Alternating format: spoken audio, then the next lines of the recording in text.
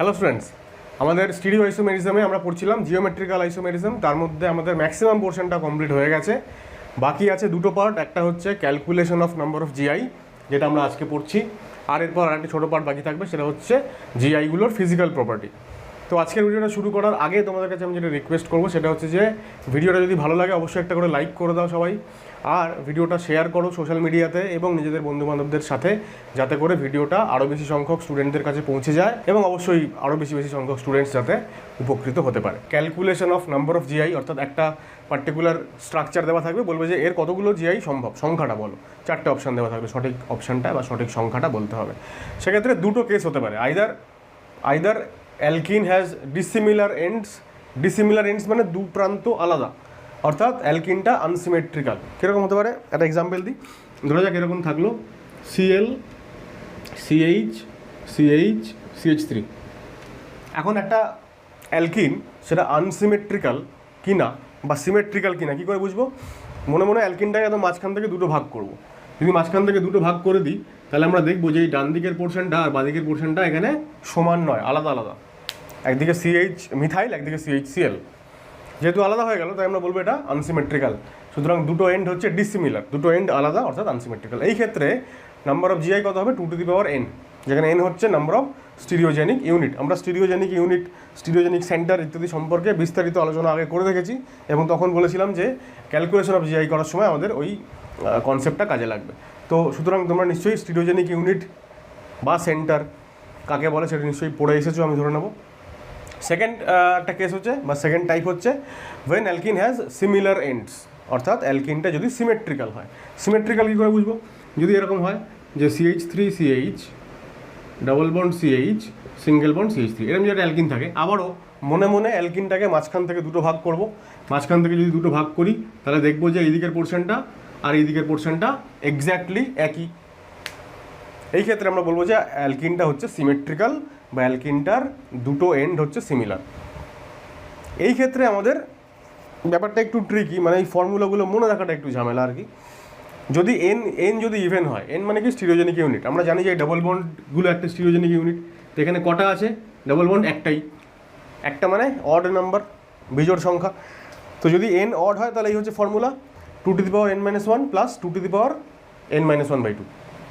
আর যদি এনটা ইভেন হয়, স্টিরিওজেনিক ইউনিটের সংখ্যা যদি 2, 4, 6 ইত্যাদি হয়, তাহলে উপরের ফর্মুলাটা 2n-1। এই সেকেন্ড টার্মটাতে গিয়ে একটু ডিফারেন্স আছে, এখানে n-1/2 আর এখানে n/2-1।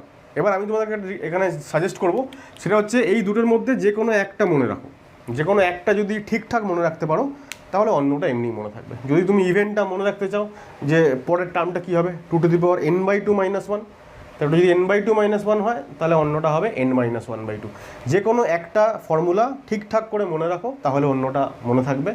আদারওয়াইজ যদি দুটোই মনে রাখার চেষ্টা করো তখন ইভেনের জায়গায় যদি এই ফর্মুলা চলে আসে, অডের জায়গায় যদি এই ফর্মুলা চলে আসে, তাহলে পুরো আনসার ভুল হয়ে যাবে। সুতরাং এই পুরো জিনিসটা কপি করো, এরপর আমরা সরাসরি এক্সাম্পলে যাবো। দেখো, প্রথমে 5খানা এক্সাম্পল নিয়েছি। এই 5টা এক্সাম্পলে কনসেপ্টটা বোঝানোর চেষ্টা করছি, তারপর আমরা আরও এক্সাম্পল দেখব। প্রথমটা দেখো, কী করতে হবে আমাদের? প্রথমে হচ্ছে n=1, মানে নাম্বার অফ স্টিরিওজেনিক ইউনিট, সেটা কটা সেটাকে বের করতে হবে, একটা। তারপর কী করতে হবে? তারপর দেখতে হবে সিস্টেমটা সিমেট্রিক্যাল না আনসিমেট্রিক্যাল। এখানে সিস্টেম আনসিমেট্রিক্যাল। কী করে বুঝবো, মানে কী করে বের করবো আমরা? বুঝবো তো এইভাবে বললাম যে মাঝখান থেকে মলিকিউলটাকে দুটো ভাগে ভাগ করবো মনে মনে। এবার দেখবো যে দুটো দিক সেম কিনা। এবার সেটা কাজে করার সময় কীভাবে করবো? আমরা দেখবো যে 1, 2, 3, 4 স্ট্রেট চেনে আমরা 4টে জিনিস দেখতে পাচ্ছি। এবার 4টে অ্যাটম দেখতে পাচ্ছি স্ট্রেট চেনে, তার মাঝখান থেকে ভেঙে দিই ডাবল বন্ডের মাঝখান বরাবর। তাহলে এই পোর্শন এবং এই পোর্শন সেম, আলাদা। এখানে ইথাইল, এখানে মিথাইল, সুতরাং আনসিমেট্রিক্যাল। আনসিমেট্রিক্যাল হলে আমাদের আনসার সব থেকে সোজা, সেটা হচ্ছে GI = 2n, সরি 2n, মানে দুটো। সেই দুটো কী কী এটাও আবার কখনো কখনো জানতে হয়। কোনো কোয়েশ্চেনে থাকবে যে এরকম একটা স্ট্রাকচার দিল, নাম্বার অফ পসিবল জিআই লিখে দিল, 4টে অপশান, এরকম হতে পারে। আবার কখনো কখনো আমাদের সেই অপশানগুলো কী কী সেগুলো কখনো কখনো জানতে হতে পারে। সেই কারণে এই 5টা এক্সাম্পলে আমি ওই ডিটেলিংটা করব। পরবর্তী এক্সাম্পলগুলোতে আমরা শুধুমাত্র ফর্মুলা বসিয়ে সংখ্যাটা খালি বের করব। এবার এই দুটো অবভিয়াসলি বোঝা যাচ্ছে, একটা ই একটা জেড। তাহলে এই যে ডাবল বন্ডের রেসপেক্টে একদিকে মানে এদিকে মিথাইল আর এটা ইথাইল, এরমভাবে লিখতে পারি আমি, অথবা তুমি এরকমও লিখতে পারো, ডাবল বন্ডের রেসপেক্টে একদিকে ইথাইল আর একদিকে মিথাইল, আর যদি এইচ আর এইচ এখানে এখানে থাকে তাহলে এটা কী হয়ে গেল, ই হয়ে গেল। আমি এইভাবে লিখতে পারি, এইভাবেও লিখতে পারি। So this is E E. আর জেড কীরকম, জেড আমি লিখবো এইভাবে, এটা জেড, আর আদারওয়াইজ আমি লিখবো এইভাবে ইটি এমই এইচ এইচ। এখন এই ইথাইল মিথাইল এইচ ফেইচ দিয়ে তো আমরা জানি, এইভাবে আমাদের এইভাবে যে স্ট্রাকচারগুলো আঁকতে হয় এগুলোতেও একটু চোখটাকে সেট করতে হবে, তাই জন্য আমি ওইভাবেই পরেরটা বলছি। তো এখানে দেখো পরেরটায় আবারও আমি দেখতে পাচ্ছি n=1। এবার মলিকিউলটা সিমেট্রিক্যাল, মাঝখান থেকে যদি দুভাগ করি এদিকে আর এদিকে সেম জিনিস, তাহলে এখানে হয়ে গেল সিমেট্রিক্যাল। সিমেট্রিক্যালের জন্য ফর্মুলাটা আলাদা। কি ফর্মুলা? GI = 2n-1 প্লাস, এটা যেহেতু অড নাম্বার তাহলে n-1/2, তাহলে 2n-1 মানে 0, 2 মানে 1, আর এখানেও 2n-1 0/2 মানে ফাইনালি কটা হয়ে গেল, 2। এখন তুমি বলতেই পারো যে তাহলে তো ওই একই তো হলো, ওই ফর্মুলা দিয়েও যা আনসার হলো এই ফর্মুলা তাই আনসার হলো, তাই আনসার হলো। কিন্তু সে এই ক্ষেত্রে যখনই নাম্বার অফ স্টিরিওজেনিক ইউনিট একাধিক হয়ে যাবে তখন আর ম্যাচ করবে না, ভুল হয়ে যাবে। সুতরাং ফর্মুলা আমাদের মাস্ট জানতেই হবে। তাহলে এখানে দুটো কী কী হতে পারে, একটা ই হলো অন্যটা জেড, জিআই যেহেতু, তাহলে দেখো দুটো মিথাইল, তার মানে এইটা দিস ইজ জেড, আর ই বললে এইটা, এটা হয়ে গেল ই, তাই না? এটা মিথাইল, এটা মিথাইল, দুটো মিথাইল একই দিকে, ওদিকে দুটো জেড একই দিকে, তার মানে দুটো বেশি সিনিয়র গ্রুপ একই দিকে, তাহলে জেড, আর দুটো সিনিয়র গ্রুপ অপোজিট বা দুটো জুনিয়র গ্রুপ অপোজিট, ই। ঠিক আছে, থার্ড এক্সাম্পল দেখো। থার্ড এক্সাম্পল আমরা দেখতে পাচ্ছি একটা দুটো আছে হচ্ছে স্টিরিওজেনিক ইউনিট, আর মাঝখান থেকে যদি ভাঙি তাহলে এই সাইড এবং এই সাইড অবশ্যই আলাদা, এদিকে ব্রোমিন নেই ওদিকে মিথাইল নেই, আলাদা, তার মানে আনসিমেট্রিক্যাল। তাহলে আনসিমেট্রিক্যাল হলে তো কী বললাম, ফর্মুলা খুবই সহজ, 2n খালি। তাহলে যেহেতু 3 নম্বরটায় n=2 এবং আনসিমেট্রিক্যাল, তাহলে জিআই কত, 2 মানে 4টে। এবার এই 4টে কী কী, 4টে হতে পারে, দেখো দুটো তো স্টিরিওজেনিক ইউনিট, আমি যদি এটাকে 1 আর এটাকে 2 নাম দিই এমনি আমাদের বোঝানোর সুবিধার্থে বা বোঝার সুবিধার্থে, 1 আর 2, তাহলে 4টে অপশান কী হতে পারে, মানে 4টে তো আইসোমার হবে, কী কী হতে পারে? প্রথমটাতে কনফিগারেশন ই হলে পরেরটাতে ই হলে জেড হতে পারে দুটো অপশান, এটা ই হলে এখানে দুটোই অপশান হতে পারে ই জেড, আর এটা জেড হলে এখানে দুটো অপশান হতে পারে, একবার জেড একবার ই, এই 4টে অপশান হতে পারে। তো এই 4টেই হচ্ছে এই 4টে আইসোমার। এবার যদি ছবি আঁকার চেষ্টা করি তাহলে কী হবে দেখো, মিথাইল CH তারপরে আবার CH CH আবার মিথাইল, 1 2 3 4 5, মিথাইল এখানে বি, আর যাই হোক 5টা কার্বন, তারপরে ব্রোমিন, 1 2 3 4 5টা কার্বন, তারপরে ব্রোমিন। এটা কি হয়ে গেল, কম্বিনেশন ই, আর এটা ই, দুটোই দেখো ই, এটা ই হয়ে গেছে না, ঠিক আছে তো, ই হলো। ইজেড যদি বানাতে চাই, এটা ই, এইটা জেড, আশা করি বুঝতে পারছো, এটা ই এটা জেড, দুটো একবারে না লিখে এরকম আলাদা আলাদা লেখাই বেটার। জেড যদি বানাতে চাই, এটা হয়ে গেল জেড যদি বানাতে চাই, এটা জেড এইটা জেড, প্রত্যেক জায়গায় দেখো দুটো মোর প্রেয়ার গ্রুপ একই দিকে, লেস প্রেয়ার গ্রুপ একই দিকে। জেড ই বানাতে গেলে এইটা জেড হয়ে গেল অবশ্যই, এবং এইটা হয়ে গেল ই, এটা জেড এবং এটা হয়ে গেল ই। এখানে একটা ব্রোমিন ছিল, এখানে একটা ব্রোমিন ছিল, এই 4টে অপশান। পরেরটা চলে আসি, পরেরটা দেখো 3 আর 4 অলমোস্ট একই রকম, শুধু এই লাস্টের ব্রোমিনটার বদলে একটা মিথাইল চলে এসছে, এবং তাতে করেই কী হয়েছে, সিস্টেমটা আনসিমেট্রিক্যাল থেকে সিমেট্রিক্যাল হয়ে গেছে। মাঝখান থেকে যদি ভাগ করো তাহলে এই পোর্শনটা CH মিথাইল, আর এখানে CH মিথাইল সেম হয়ে গেল। তাহলে এখন কি হয়ে গেল, এখানে আমরা বলতে পারি যে n=2 কিন্তু সিস্টেমটা সিমেট্রিক্যাল। আনসিমেট্রিক্যাল থাকলে আমরা সিম্পলি 2n ফর্মুলা বসিয়ে দিতাম। এখানে কি বসাবো, 2 n - 1 আর দেখো এখানে ইভেন নাম্বার হলে n/2 - 1, ঠিক আছে? তাহলে 2 - 1 মানে 2 মানে 2, আর এখানে 2/2 1 - 1 মানে 0, 2 মানে কত 1, 3টে। খুব ভালো করে লক্ষ্য করো। এবার এই ফর্মুলাতে আমাদের আনসার কত এলো, যে টোটাল কতগুলো জিআই সম্ভব 3টে, কিন্তু যখন দুখানা স্টিরিওজেনিক ইউনিট তখন এদের কম্বিনেশন কী হতে পারে, থিওরিটিক্যাল কম্বিনেশন কী হতে পারে, এই 4টেই হতে পারে। ই, হ্যাঁ না, এটা জেড, জেড 4টে কম্বিনেশন হতে পারে থিওরিটিক্যালি, কিন্তু প্র্যাকটিক্যালি আমাদের আনসার বলছে যে 3টে হবে আইসোমার। তাহলে এই 4টে ছবির মধ্যে যে কোনো একটা ছবি বাদ হবে। অবশ্যই আমি এখানে একটা জিনিস উল্লেখ করিনি, সেটা হচ্ছে আমি এই যে ব্রোমিনের বদলে কী আসবে এখানে, মিথাইল, তবে তো কম্পাউন্ডে 4 নম্বর হবে। তাহলে সিম্পলি আমি যদি এই ব্রোমিনটাকে মুছে দিই তাহলেই এটা মিথাইল হয়ে গেল একটা, তাই না? দেখো এইবার কিন্তু আমাদের শুধুমাত্র ব্রোমিনটাকে আমি যদি আলাদা মুছে দিই তাহলেই এটা 4 নম্বর কম্পাউন্ডে কনভার্ট হয়ে গেল। এখন তোমরা এটাকে অবশ্যই আলাদা করে আঁকবে, ওখানেই তোমরা আবার কাটাকুটি করে দেবো না। এইবার দেখো 3টে টোটাল আইসোমার, তার মানে এই 4টে ছবির মধ্যে যে কোনো একটা ছবি বাদ যাবে।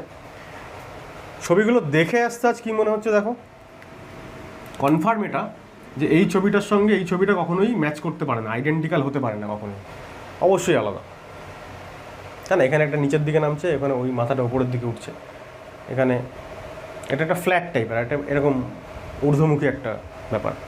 এই দুটো কখনোই এক্স্যাক্টলি আইডেন্টিক্যাল হতে পারে না। মানে আইডেন্টিক্যাল মানে আমি কী বলতে চাইছি দেখো, মানে আমরা এর আগে পড়েছিলাম কনফরমেশনাল আইসোমার আর কনফরমেশনাল আইসোমারগুলোকে আমরা কখনোই ট্রু আইসোমার বলছিলাম না। কেন?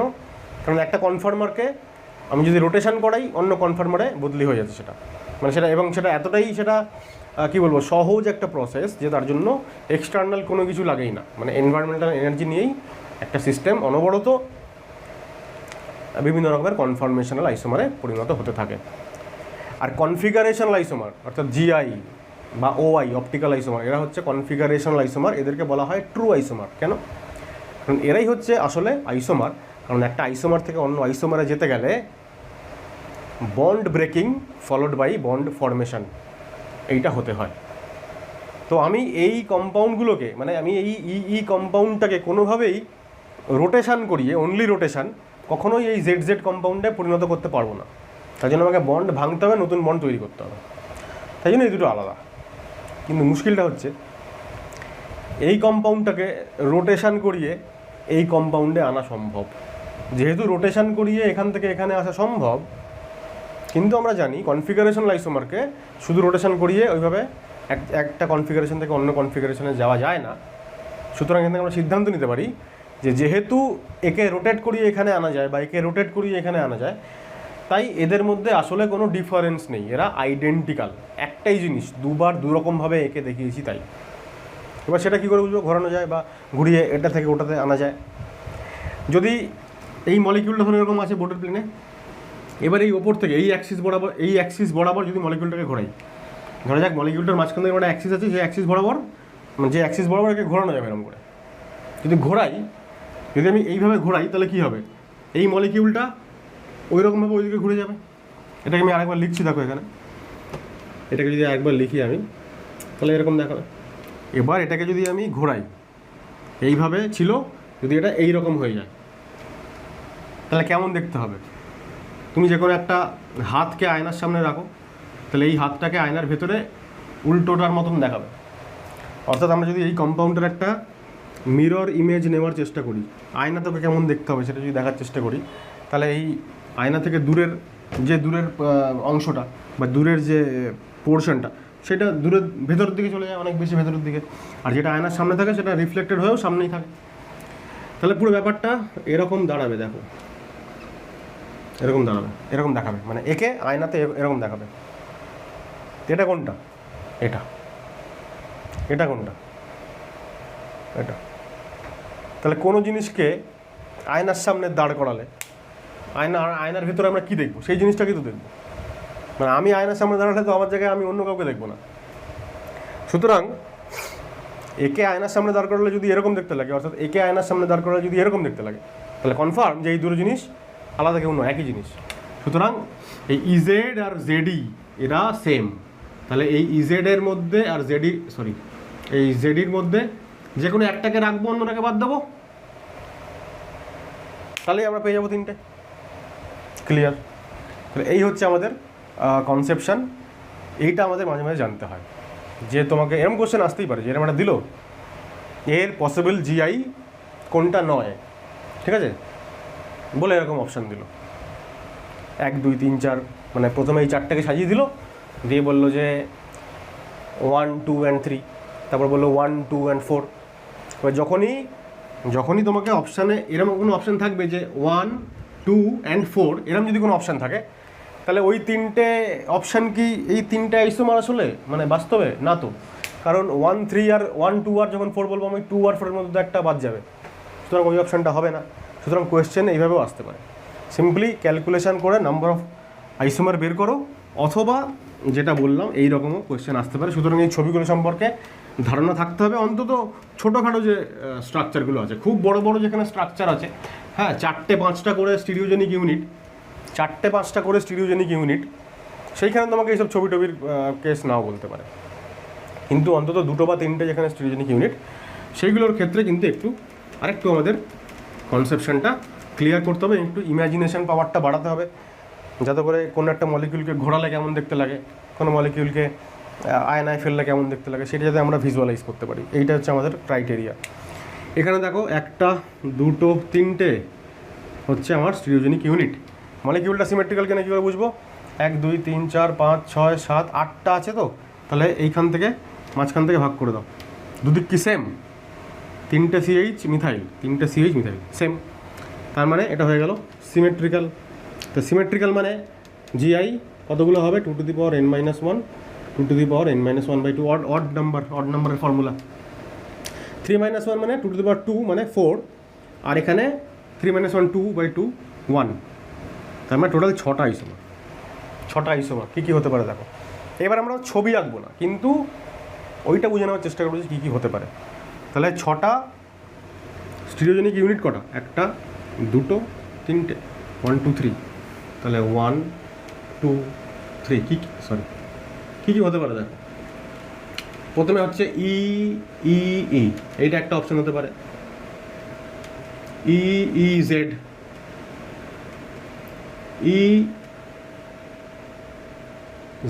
হতে পারে, ঠিক আছে। 3টে লাস্টেরটাকে জেড বানালাম, সেকেন্ডটাকে জেড বানালাম, আর কি হতে পারে? প্রথমটাকে ফিক্সড রেখে 2টোই জেড হতে পারে। আমরা 3টে দিয়ে শুরু করেছিলাম, কম্বিনেশন করে পারমুটেশন করে এই 4টে পেলাম। এবার যদি আমরা 3টে জেড দিয়ে শুরু করি, জেড, তাহলে জেড পাবো, জেড পাবো, আর জেড পাবো। কটা? থিওরিটিক্যালি 8টা কনফিগারেশন পেলাম, এই 8টার মধ্যে 6টা হচ্ছে রিয়েল, তার মানে 2টো অন্য কারোর সঙ্গে আইডেন্টিক্যাল, যেটা আমরা দেখলাম একটু আগে, জেড আর ইজেড যেমন আইডেন্টিক্যাল হলো এই ক্ষেত্রেও ওরকম 2টো পেয়ার পাবো, যে 2টো পেয়ার হচ্ছে পরস্পর আইডেন্টিক্যাল। সেটা আমি এখন বুঝবো কী করে? জেনারেলি এরকম হয় দেখো, আমি বলছি জেড এবং জেড, এই 2টো আইডেন্টিক্যাল, এই 2টোর মধ্যে একটা থাকবে, অন্যটা থাকবে না, ঠিক আছে? ভুল করলাম, জেড আর জেড কোথায় গেল? এই 2টো হচ্ছে পরস্পর আইডেন্টিক্যাল, এই 2টোর মধ্যে একটা থাকবে, অন্যটা থাকবে না। যদি তোমাদের ডাউট থাকে বা ডাউট না থাকলেও তোমরা এইটাকে ওইভাবে আঁকবে, ছবিটাকে যেভাবে আমি আঁকলাম, একে এই 2টোকে এরা আইডেন্টিক্যাল কিনা মিরর ইমেজ করে বা রোটেশন করিয়ে তোমরা দেখবে। রোটেশন আমরা 3ভাবে করতে পারি। একটা হচ্ছে মলিকিউল, এই মলিকিউল যদি এটা যদি অ্যাক্সিস হয়, তাহলে এক্স অ্যাক্সিস বরাবর, ওয়াই অ্যাক্সিস বরাবর, আর জেড অ্যাক্সিস বরাবর। 3ভাবে রোটেশন করানো যেতে পারে মলিকিউলকে। 3ভাবে রোটেশন করিয়ে দেখবে কোনো না কোনো একবার 3বারের মধ্যে একবার এরকম হবে যে 2টো আইসোমার সেম।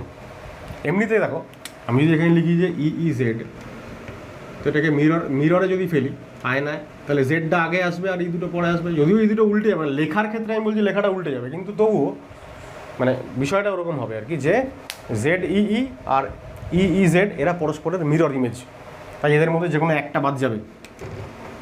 ঠিক আছে, আর কি বাদ যাবে দেখো, আর বাদ যাবে আবার এরকম দেখি কোনটা কোনটা মিরর ইমেজ আছে। এই যে দেখো এইটা ZZE আর EZZ, ঠিক আছে, ZEE কে আয়নায় ফেললে EZZ হবে এবং সেক্ষেত্রে লাস্টেরটাকে বাদ দেবো। তাহলে বিষয়টা এরকম দাঁড়ালো যে যদি ছোটো ছোটো মলিকিউল হয় তাহলে আমরা বিভিন্ন যে আইসোমার্সগুলো EZ ZI যা যা কম্বিনেশন হবে সেইগুলোকে আমরা একে দেখার চেষ্টা করব।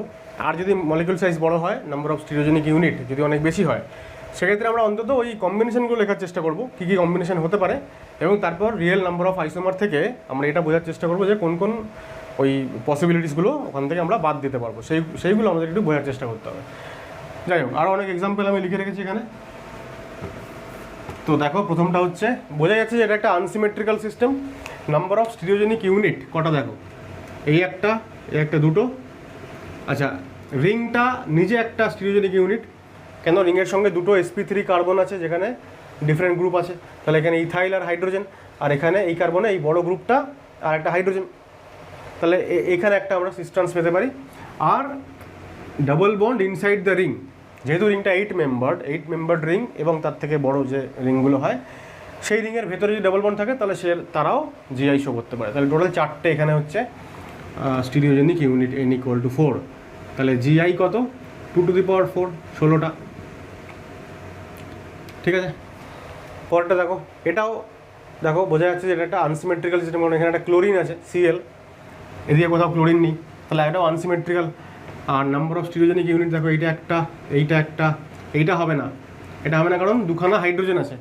এই ডাবল বন্ডের সঙ্গে যুক্ত কার্বন, তার সঙ্গে দুটো সেম গ্রুপ, দুটো গ্রুপকে আলাদা হতে হয়, তাহলে এটা এখানে দুখানা n = 2, তাহলে 2⁴ মানে 4টে হচ্ছে আমি জিআই পাবো।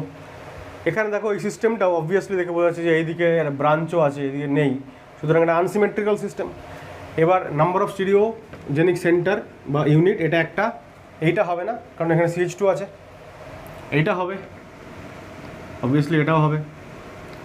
রিং ইটসেলফ হচ্ছে একটা স্টিরিওজেনিক ইউনিট, কেন রিংয়ের সঙ্গে এই দুটো sp3 কার্বন আছে যেখানে দুটো ডিফারেন্ট গ্রুপ আছে। রিংয়ের ভেতরে ডাবল বন্ড, তারা জিআই শো করবে না কারণ 6 মেম্বার রিংকে মিনিমাম 8 মেম্বার হতে হয় যদি ভেতরের ডাবল বন্ডগুলোকে জিআই শো করতে হয়। তাহলে কটা পেলাম, 1 2 3 4টে মানে আবারও 2⁴ মানে 16টা আইসোমার পাবো।